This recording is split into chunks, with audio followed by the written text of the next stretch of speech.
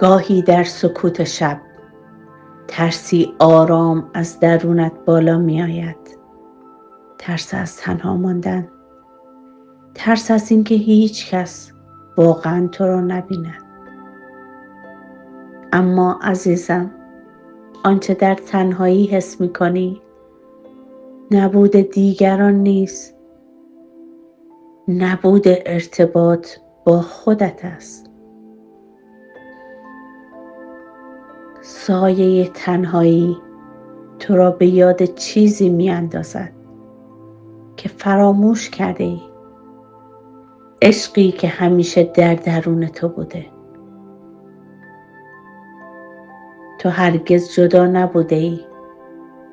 جهان در هر نفس در تو نفس می کشد.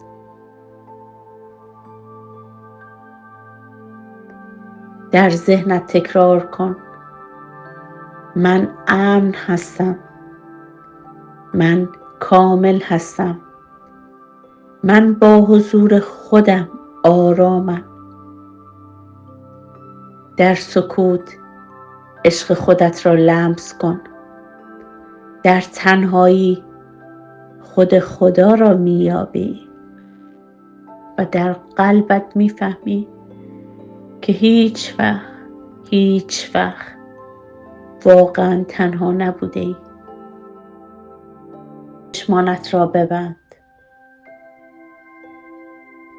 نفس عمیق بکش.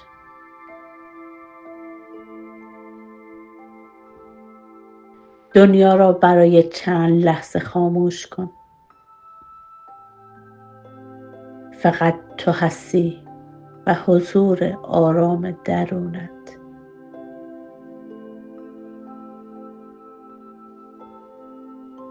در عمق وجودت سایه‌ای آرام پنهان شده.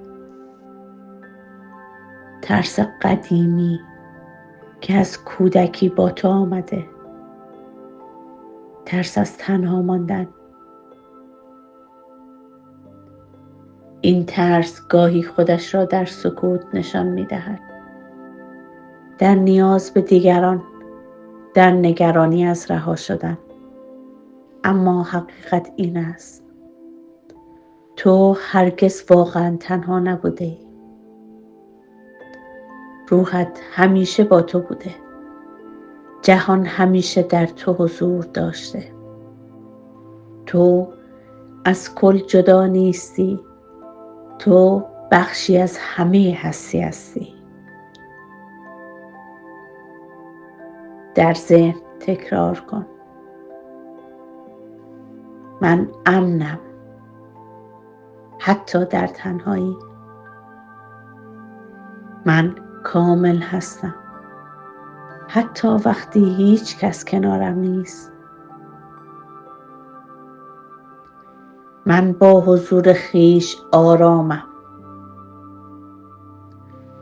ترس از تنهایی در واقع اشتیاقی است برای دیده شدن، برای لمس، برای ارتباط، برای عشق. اما امروز میفهمم که عشق از بیرون نمی آید، از درون من می جوشد. من خود عشقم، من حضورم، من نورم و در حضور خودم هرگز تنها نیستم. من به سایه‌ام نگاه می کنم و می گویم: میدانم از چه می ترسی، اما من اینجایم. دیگر تو را ترک نمی کنم. دیگر خودم را رها نمی کنم.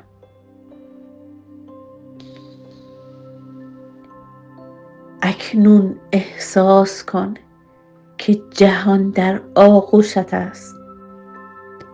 زمین زیر پایت تو را میپذیرد. هوا در ریه هایت جریان دارد و نور در قلبت میدرخشد. تو بخشی از کل هستی. تو خانه‌ای در درونت داری. تو هرگز تنها نیستی. من در حضور خودم امنم.